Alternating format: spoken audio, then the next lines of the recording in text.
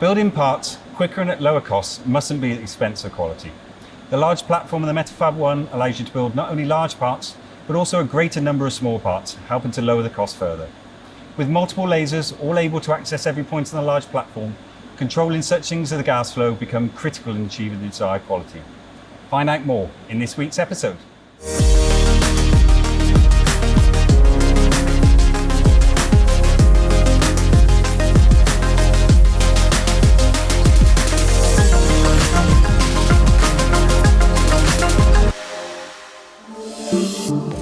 To really understand the importance of a consistent and high quality gas flow, first of all you need to know why we need gas in the chamber.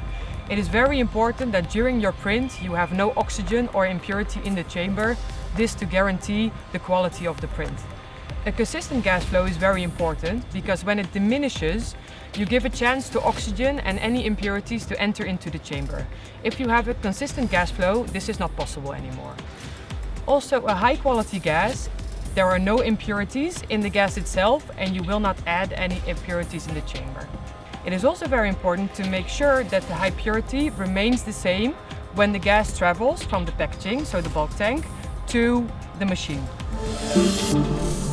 Productivity gains through multiple lasers and large platform mustn't be at the expense of part quality. It is extremely important during the melting process to remove as much condensate, spatter and other unwanted process emissions away from where the laser is being applied.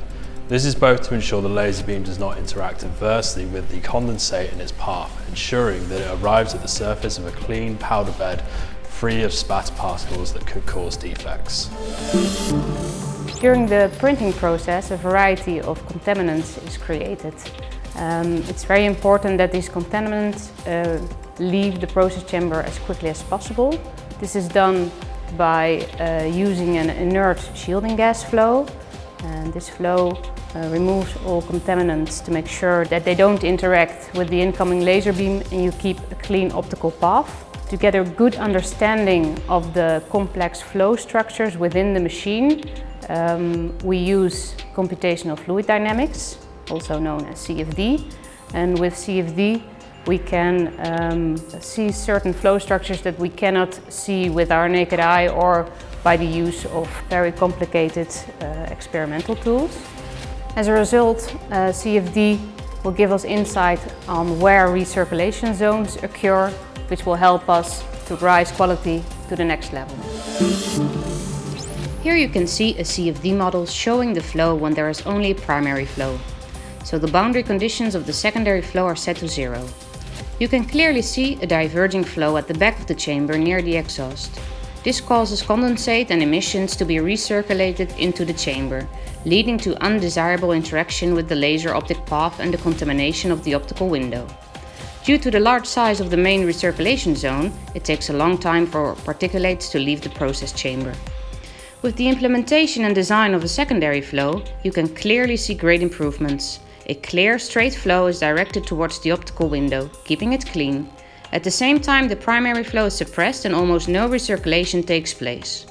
We can see considerable improvements between the two different flow configurations, which have a direct and important effect on the quality of the parts and the consistency across the build. This is why the gas flow is such an important part of machine design, with consistency over the bed being a key requirement. This is best demonstrated by the homogeneous mechanical performance we were able to achieve over the full 420 by 420 mm squared volume. In a later episode, we will dive into more details on how we at Additive Industries maintain a repeatable and controlled process. So stay tuned.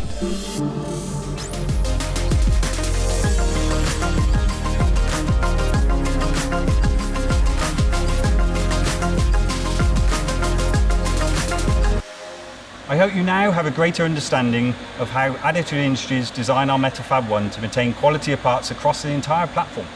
Next week, find out why the parts you make are only as good as the material used to make them.